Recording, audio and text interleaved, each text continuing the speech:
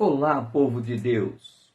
Eu estou falando algo que deve estar preocupando você. Quando eu digo assim, que qualquer coisa que a gente queira para nós se torna um tipo de cobiça. Quando essa coisa que nós queremos para nós não está devidamente tratada pela vontade de Deus sobre a nossa vida. Por que eu estou dizendo isso?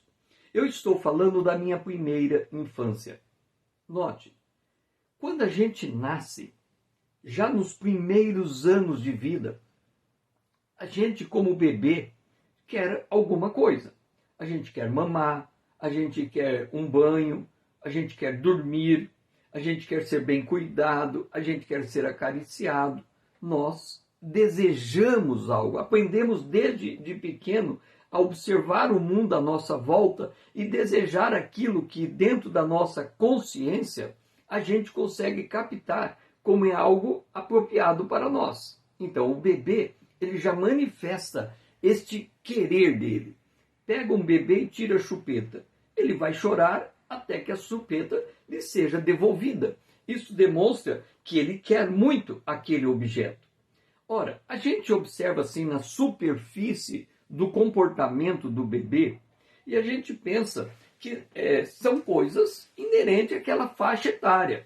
Uma criança bebê precisa de uma chupeta. Depois de uma certa fase, ela se sente constrangida de chupar, de ter um bico, e ela própria descarta o bico quando não é pressionada a fazer isso depois de um determinado momento. Então você vai dizer, olha, não é preocupante a criança querer chupar um bico e lá na frente ela descartar o bico, porque a tendência é que ela descarte o bico. Pelo menos a gente não vê muita criança por aí andando de bico depois de uma determinada faixa etária. Ok, mas acontece que o bebê é mais inteligente do que isso. O bebê, já nessa faixa etária, de pequeno, de 0 a 1 ano, ainda no ventre da mãe, ele é capaz de captar certos significados no seu entorno e determinar que aquilo que ele quer para a sua vida. E aí se torna preocupante, porque ele vai construir a sua existência a partir daquilo que ele identificou, vamos assim dizer, como a sua vocação natural. Só que esta vocação natural, Tiago diz assim, cada um é tentado pela sua própria cobiça.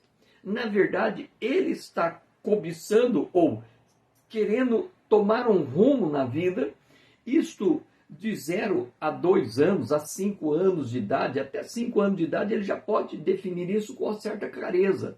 Que lá na frente, na vida adulta, ele conduz tudo que ele pode, onde ele vai estudar, o que ele vai fazer, o que ele vai trabalhar, na maneira como ele vai se comportar, a partir das decisões que ele tomou na tenra idade. E ele não tem consciência disso.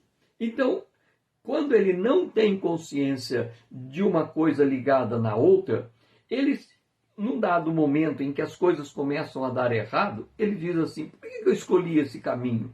Por que eu vim aqui e não fui por lá? E aí ele começa a buscar um culpado. E aí, foi meu pai que me obrigou a vir aqui, foi minha mãe que me obrigou, ou foi algum amigo que me influenciou, ou foi as condicionantes do ambiente em que eu estava que me fez chegar até aqui. Ele não para entender que já lá no ventre, determinados acontecimentos estabeleceram para ele um elemento de cobiça em que ele devia nortear a sua vida.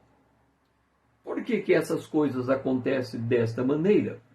Porque quando diz aqui, ninguém ao ser tentado diga sou tentado por Deus, mas cada um é tentado e tentado está no gerúndio, significa que existe um conjunto de fatores que pode nos induzir a um determinado caminho que não é o caminho que Deus preparou para nós. Este caminho que Deus preparou para nós, nós vamos descobrir enquanto homens espirituais. Nós precisamos de discernimento dele. Este caminho precisa passar pelo crivo da palavra de Deus e ser debulhado para que nós não venhamos a nos incorrer de viver em conformidade a um propósito de vida que nunca foi o propósito de vida de Deus para conosco. ele apenas surgiu na nossa primeira infância e nos enganou, nos ludibriou, e a gente pensou que aquilo era o grande propósito da nossa existência. É por essa razão que eu digo, não importa a maneira como o indivíduo cruzou a sua infância. Ele pode viver numa bolha de felicidade, mas o medo aparecer e impedir ele alcançar o seu potencial, ou ele pode viver numa família desestruturada e também ele não alcançar seu potencial. Ou ele pode fazer do contrário. Por quê?